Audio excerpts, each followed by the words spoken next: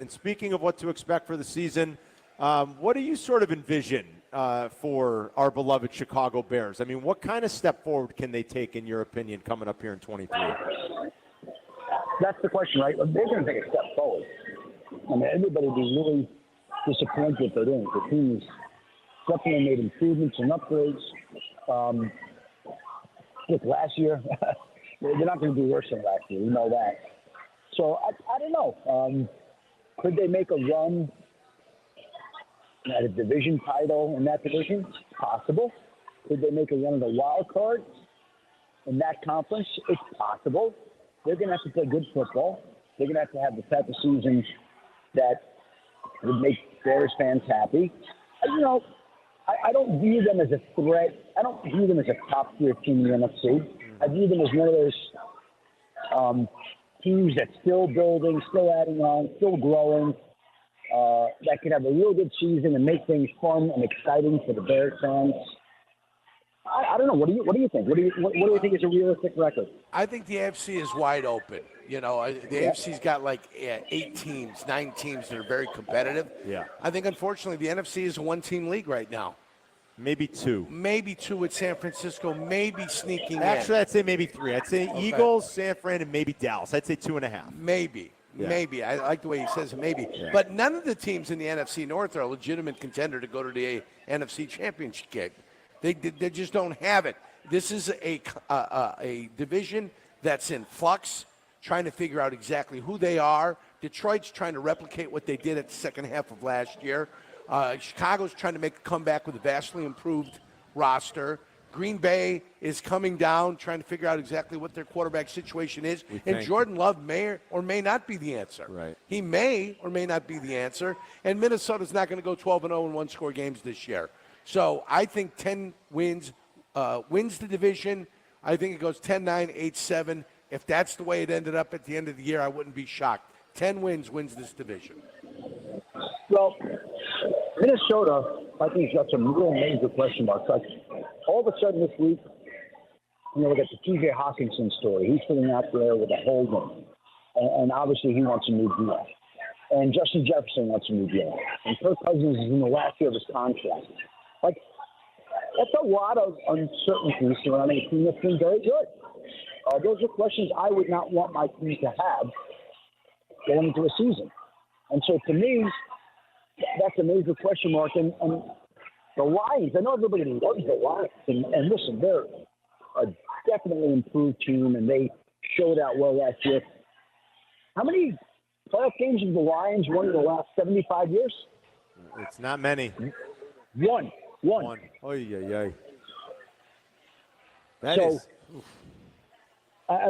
it's one since 1954, 46, 23. It's something like 69 years, something like it. It's one. They won one, didn't they? In 1991, I think they. I don't know. I don't think they've won one in the last 30 years. I think that's I thought true. they lost to Washington with Spielman and the guys, Benny Blades. That was the year they won the divisional playoffs. I think they lost the NFC Championship game to Washington that year. Yeah. And that was the only year they've won a playoff game since, I think it's like 1956. Yeah, so that's the only one. That's unbelievable. Oh, my God. Yeah, well, I mean, we can look it up, but I think I'm not far off. I think it's like 1 in 69 years or 64 years, whatever it is. So that's not great. Just when you think your team's bad, remember that stat. Yeah. That's pretty good. Adam Schefter's our guest. It's Cartman and Yurko on ESPN 1000 and the ESPN Chicago app. A lot of love out there for Justin Fields, and we're certainly excited about him. Look, and we know how the gambling markets work. Odds makers adjust based on what kind of volume's coming in. There are more tickets. Just because the Bears fans are always out there and they're believing in their team. There are a lot of Bear fans, and everybody wants to believe in Justin Fields. There are more tickets on Justin Fields to be MVP than any other single player right now. It's lowered the odds from about 40 or 50 to 1 down to about 20 to 1. But aside from that, and just fans sort of driving some of it, in any conversations you've had this offseason, Adam, and people you talk to around the league, are they generally positive on the future of Justin Fields?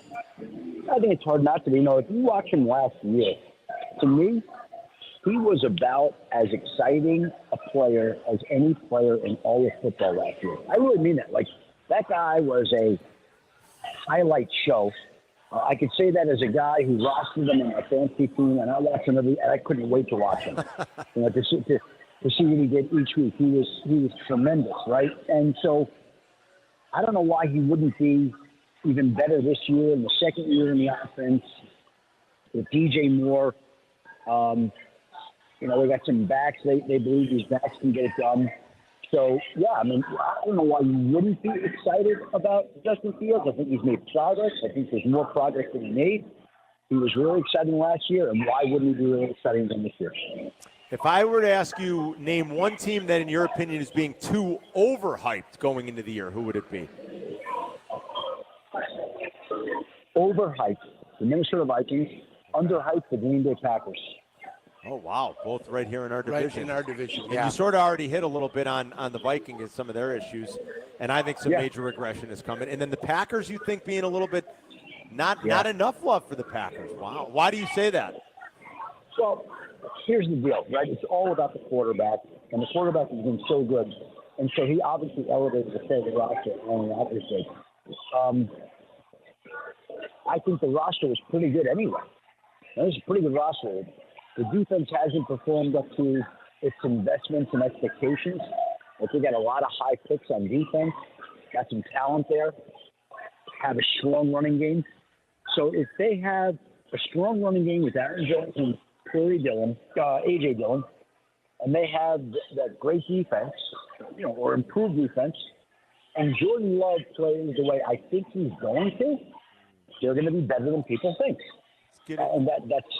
And I also think they're a very young team, and there's a lot of motivation because everybody is writing them off and nobody's giving them a chance.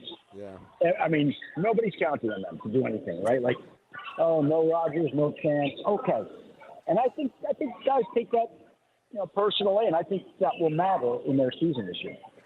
I have to admit, and I almost hate admitting it, but I have their over 7.5. I do think they'll get to 8. I do like the Packers to go over their win total. You got to bet with your head and not your heart, and it pains me to think that the Packers might still be better than the Bears.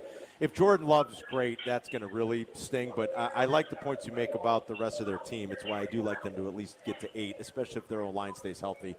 And that always seems to be a question, especially with Bakhtiari, but that O-line I think could be very, very good. What's the trade market going to end up looking like for Jonathan Taylor? Well, the Colts are giving it till Tuesday. By the way, let me just one of the John Taylor. I was with David Bakhtiari in Cincinnati exactly 2 weeks ago. Had a long conversation, and he was very excited, pleased, relieved how he was feeling. Like the best he's felt in a while, felt rejuvenated. And so that's another reason I like the Packers and think people are sleeping on them. Like, if David Bakhtiari is back playing left tackle and playing at a high level, why would they not be a good team? So that's just one more reason I like it. Now, Jonathan Taylor, it's a tough trade to pull off because there's going to be a team that has to satisfy the Colts with their asking price, and they want significant compensation, and Jonathan Taylor with his asking price on a new contract, and it's a flat, depressed running back market. So some teams going to have to go out and do what other teams have been unwilling to do to make that deal work. And I think it can happen. I think the feeling in talking to a bunch of teams, multiple teams over the last few days, I think they're skeptical that a trade would happen. I'm not ruling it out. I'm not ruling it out at all. I think it could happen, but it's not a simple deal to pull off. Who's your Super Bowl pick? Well, when I was out on that trip, I took him around Oz the Mentalist, dude. He was on HBO. Love that guy. Hard Knocks. And so I took him to, basically, it's kind of a funny little story, but he performed at my brother-in-law's company Christmas parties like 15 years ago for $600. And we started bringing him to a couple of family parties. And when he was at my daughter's party a couple of years ago, the ESPN bosses saw him. And like, you got to get him out to NFL teams. So I took him around last summer. We went to Seattle, Baltimore, Tampa. It went very well because those pieces ran on Sunday Countdown. So this summer, Oz went to Michigan. He wanted to go perform for Michigan. So I called the football team, and I'm like, hey, I got somebody you got to carve out some time for. And so we always did the Jets on Sunday, August, whatever that was, like Sunday, August 6th. And then he and I flew to California, and he did the Cowboys on Wednesday. We did the Bengals on Thursday morning, the Packers Thursday night in Cincinnati, and Michigan on Friday. Now, all those pieces are run on ESPN Sunday Countdown and ESPN College Game Day this season, in the first couple months of the season. And I'm just going to tell you that he was unbelievable. And the energy that I felt when I walked into the Bengals team meeting for a couple of hours was like it was palpable. Wow. Like there was an energy and enthusiasm for that team and that group that stayed with me. And so I'm counting on the Bengals to have a big, big year. I think that, they'll be my pick early on, although I think a lot of people are sleeping on Buffalo. And in the NFC, you mentioned the three teams, like Philly, San Francisco, Dallas. And it's not to say that another team couldn't get there. They certainly could. But those three teams seem to be the best teams out there.